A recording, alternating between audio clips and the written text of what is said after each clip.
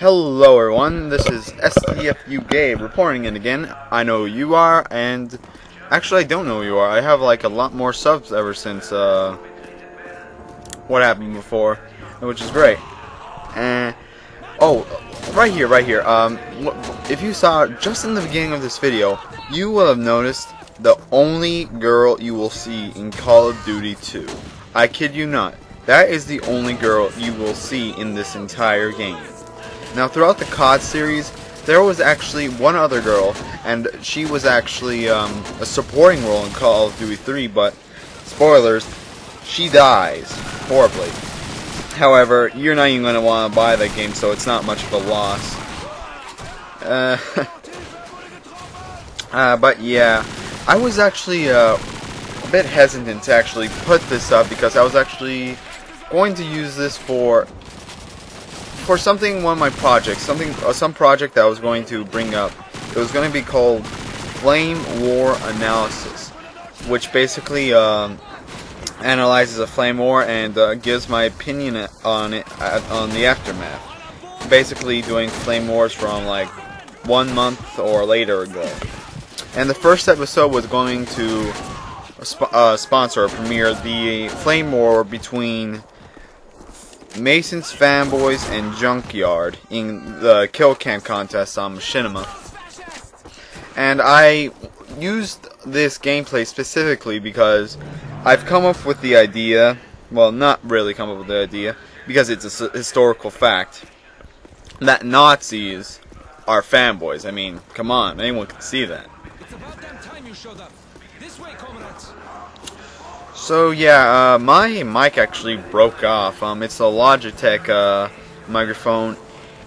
Though I do enjoy that it does have this rather long extension, no penis joke related. Its model is rather easy to break off if you put it in a case, which I usually do from day to day. And that just to point that out, even if you stand up during that tank scene, actually you won't die if you stand up or crouch. Either way, you'll survive. Now this part is actually pretty cool, and you'll see in a second why. But basically, it's easy, even on veteran. You can just stay back and use the machine gun, killing all the enemies. But listen to this and listen to the build-up, and you'll enjoy this.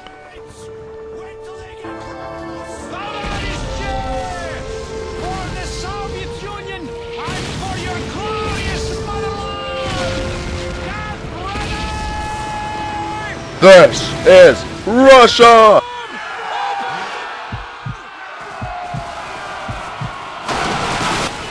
Ah yes, but I love this level.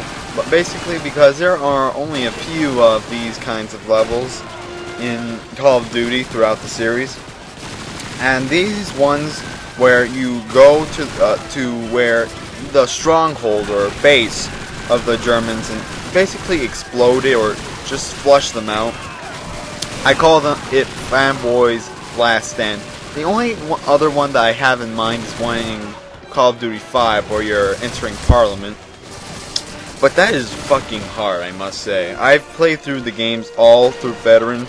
That is the hardest level I've ever encountered throughout my experience. Oh, this is actually funny. I've actually never used this route through all the times I've played this game. And I've played this like more than 10 times in a row. It's much easier too, gotta say.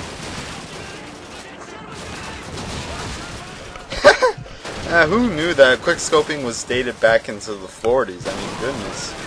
I thought it was a modern concept. I didn't think it would be 60 or 70 years old. But the reason why I did call fanboys similar to our Nazis is basically because my definition of a fanboy is basically someone who uses stupid, unreasonable logic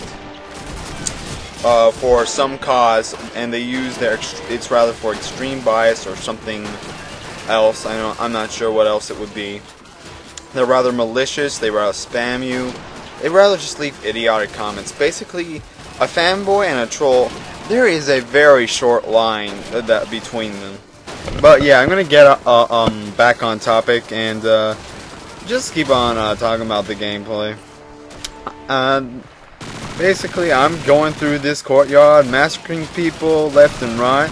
In a few seconds, I just massacred like five zombies. Sorry, I'm confusing this with CoD 5. Right here.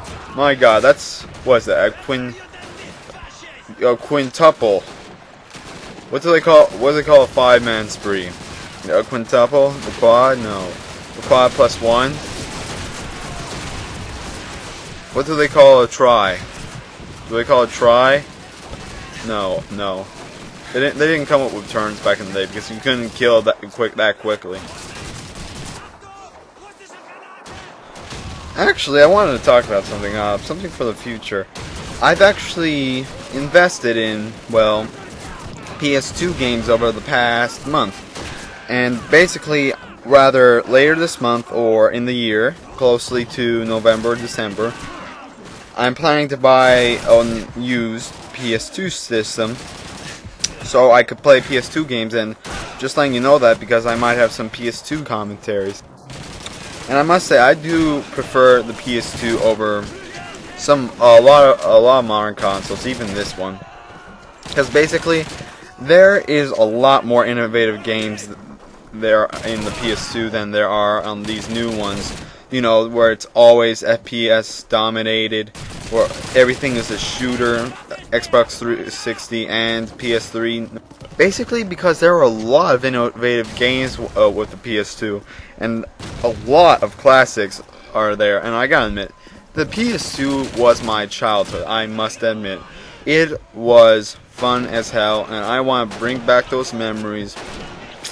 And though I am saddened by the fact that I'm not going to get a PS3.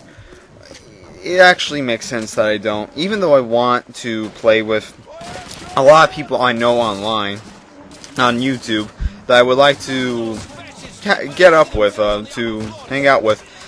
I simply just cannot buy a PS3 because that is just too expensive. I mean, I know I bought the Wii, I bought the Xbox 360. I mean, what else should I buy?